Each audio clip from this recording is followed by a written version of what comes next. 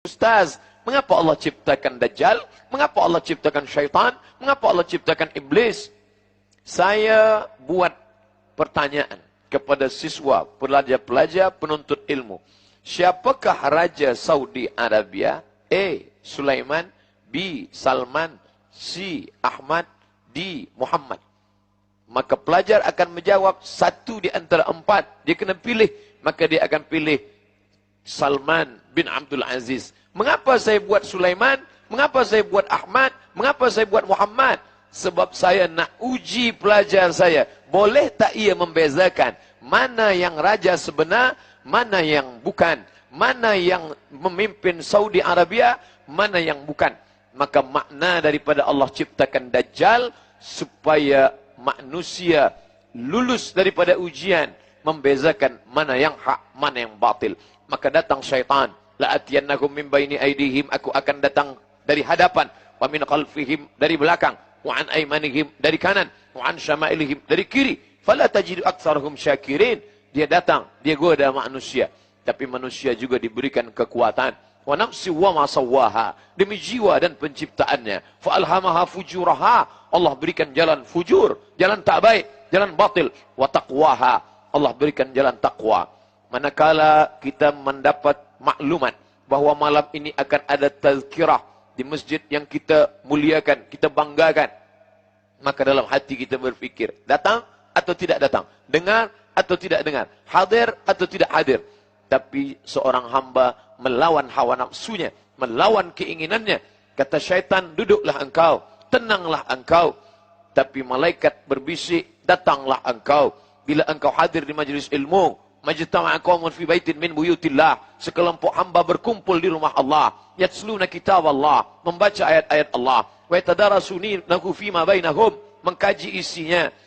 Duduk berkumpul di rumah Allah, membaca ayat-ayat Allah, mengkaji isinya. 3 yang dilakukan manusia, 4 balasan Allah Subhanahu wa taala. Nazalat alaihimus sakinah, turun ketenangan ke dalam hati. Haffat bihimul malaikah, mereka dikelilingi oleh para malaikat.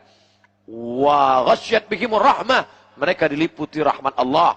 Wa dzakarahumullahu fi man indah, maka Allah banggakan mereka kepada para malaikat. Hai malaikat, dulu manakala aku ciptakan mereka, inni ja'ilun fil ardi khalifah, aku ciptakan manusia menjadi khalifah, kalian semuanya marah, kalian bertanya, ataj'alu fiha may yufsidu fiha wa yasfikud dima, mengapa engkau ciptakan mereka ya Allah? Mereka hanya akan berkelahi, mereka hanya akan berperang, mereka hanya akan menumpahkan darah. Tapi saksikanlah wahai para malaikat, malam ini di tengah kesibukan mereka, di tengah letih penat mereka mencari nafkah, tapi masa makin sempat meluangkan masa berkumpul di rumahku, berzikir mengingatku, mengkaji ayat-ayatku, mendengarkan tazkirah hambaku. Mudah-mudahan kita termasuk yang dibanggakan Allah Ta'ala kepada para malaikat. Amin. Ya Rabbal Alamin. Mengapa Allah ciptakan ini Dajjal? Ini adalah ujian.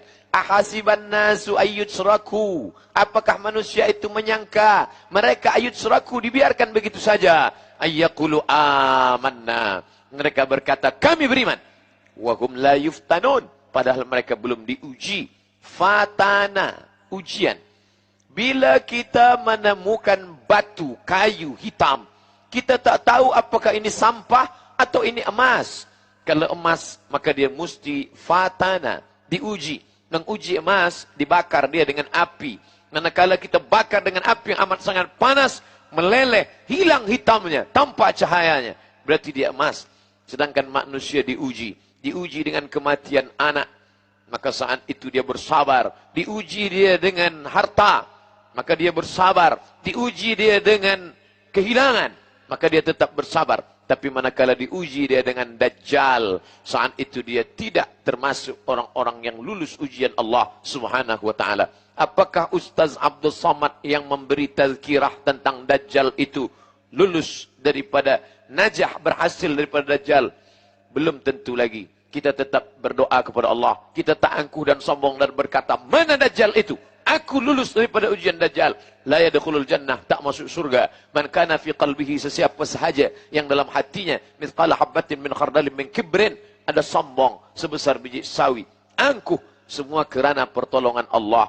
Andai anak kita yang lucu dan cantik dipuji oleh orang, oh comelnya anak ni, kita berkata Alhamdulillah. Ucapan Alhamdulillah mengembalikan nikmat ini kepada Allah, menyelamatkan kita daripada hasad, menyelamatkan kita daripada takbur, menyelamatkan daripada penyakit ain. Sebab daripada ain muncul daripada sifat angkuh sombong, sifat iri dan hasad. Maka manakala datang pujian Allah, Masya Allah, ini luar biasa, ini hebat, kita berkata Allahu Akbar. Kerana ada yang lebih besar daripada nikmat ini. Siapa dia? Allah. Balikkanlah segala sesuatu kepada Allah untuk menyelamatkan.